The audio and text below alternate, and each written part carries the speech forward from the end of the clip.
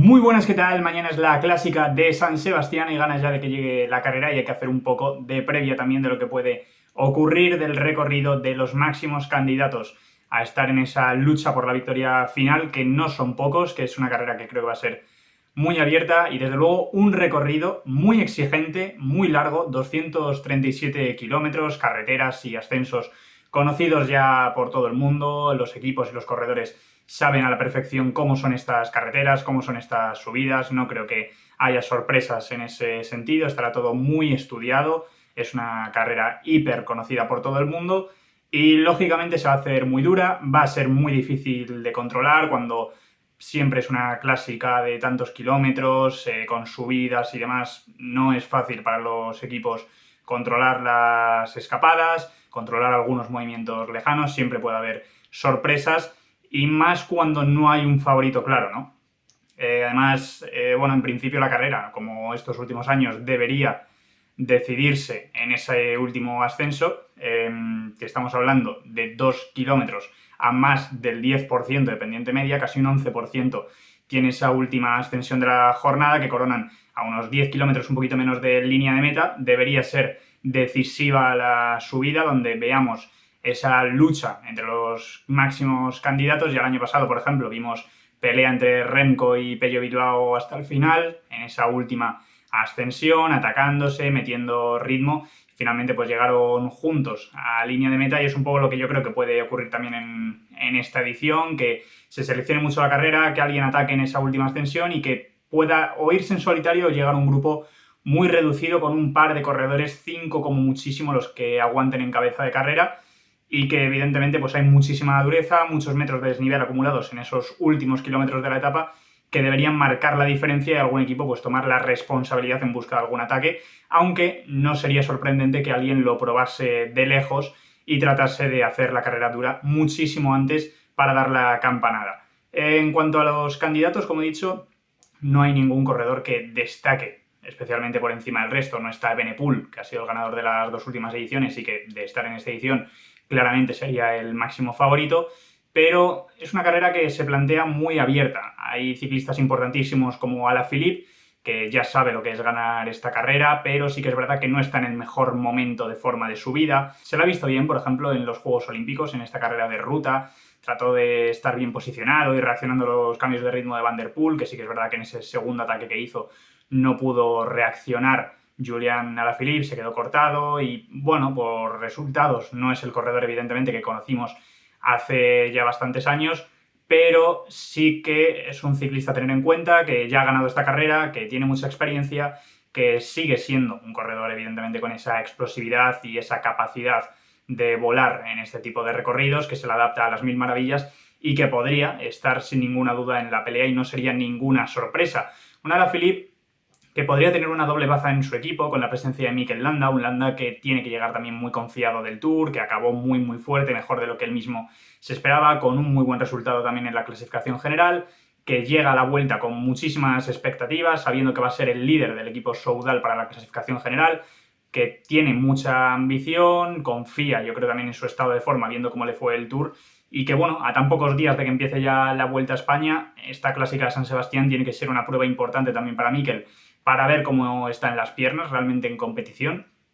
y que al ser un terreno duro puede sacar un buen resultado, ¿no? Sí que es verdad que no es el terreno ideal para Landa, para soltar a los rivales. Podría hacerlo si está en muy buena forma. Claro que Landa puede soltar a cualquier ciclista en este tipo de rampas, de los que van a estar en la línea de salida, evidentemente,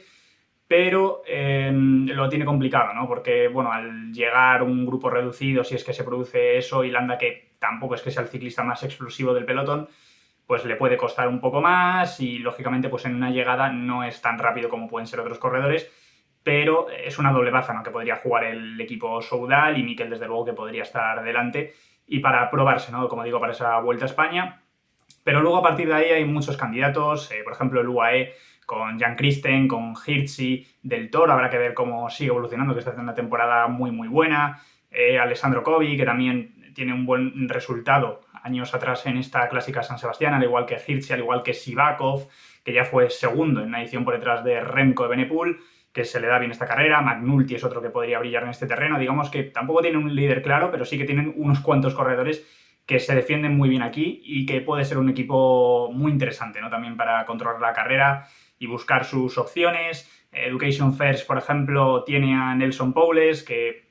es un corredor que ya ha ganado también la Clásica de San Sebastián, otro de los máximos favoritos, por tanto, otro de los ciclistas que hay que tener en cuenta. Y es que, como estáis viendo, no hay un claro candidato. Hay muchos corredores que ya han ganado esta carrera, que ya han tenido buenos resultados en la Clásica San Sebastián, pero que ninguno destaca por encima del resto. Luego hay muchos otros nombres. Evidentemente hay que mencionar a Jonas Vingegaard, que por el terreno que hay, por la dureza de este recorrido, si Vingegaard está en una buena forma, yo creo que como ataque no hay nadie que pueda seguirle. Ya hemos visto que también en estos recorridos, ¿no?, que son más explosivos en principio, Vingegaard puede destrozar la carrera si quiere. Mismamente en este Tour, en puertos más explosivos, fue capaz de aguantar a Pogačar, como el día de San Luca mismamente, y esa última ascensión que vamos a tener en esta Clásica de San Sebastián, estamos hablando de 2 kilómetros a más del 10% de pendiente media, entonces Vingegaard tiene que ser otro favorito, sin ninguna duda, a ganar la Clásica de San Sebastián. Sí que es verdad que sobre el papel no debería ser el recorrido que mejor le venga,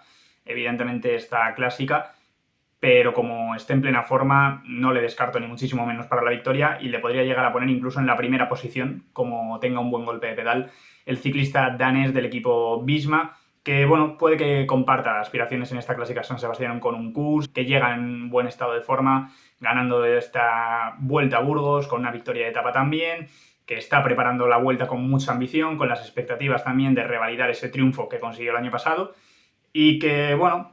jugarán sus bazas, sobre todo en el caso de Kuss, pues será para seguir ultimando esa preparación de cara a la Vuelta. En el caso de Vingegaard, pues creo que puede ser una buena oportunidad para él para conseguir una nueva victoria esta temporada. Debería tener un buen estado de forma, haber recuperado bien de los esfuerzos en el Tour, que han pasado ya varias semanas.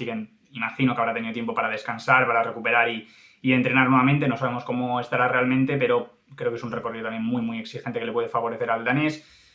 Buitrago es otro corredor que puede estar delante. Dani Martínez, que va a ir a la Vuelta también con muchas ambiciones, que ya hizo podio en el Giro este año, sorprendiendo a muchos el rendimiento que tuvo en su primer año con el equipo Red Bull Bora, y que desde luego pues en la Vuelta va a tener que ser otro de los candidatos a estar delante en la clasificación general, que esto le va a servir muy bien como test para medir un poco su rendimiento, y que desde luego Dani Martínez sabemos ya de sobra que es un ciclista que también, aparte de subir muy muy bien, también es rápido, también tiene esa explosividad, y que lógicamente una carrera como esta se le puede adaptar muy bien, al igual que Higuita en su mismo equipo, que también puede tener ciertas opciones. Van Gils creo que es otro de los nombres propios de la carrera, otro de los máximos favoritos sin ninguna duda, un ciclista que ya este año en las clásicas belgas, tanto en Lieja como en Flecha, ha tenido buenísimos resultados, es un súper corredor para este tipo de terrenos, y que no sé si se le puede llegar a hacer un poco duro, pero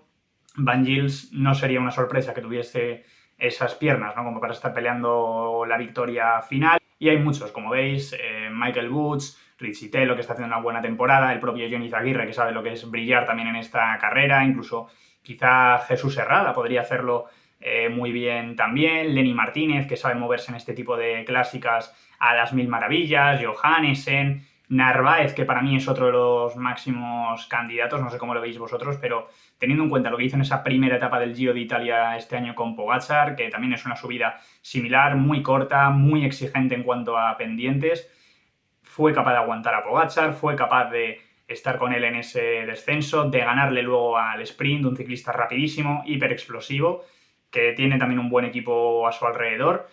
y que lógicamente pues también va a ser una de sus últimas carreras con el equipo Ineos, que le gustará terminar esta etapa de su carrera deportiva con un buen sabor de boca, y qué mejor que imponerse en la Clásica de San Sebastián, que desde luego para Jonathan Narváez creo que se adapta muy bien el recorrido, que le vienen las mil maravillas. Y entonces, bueno, como estáis viendo, hay muchos candidatos. Simon Yates, otro que podría brillar aquí, que se le da también muy bien este tipo de carreras.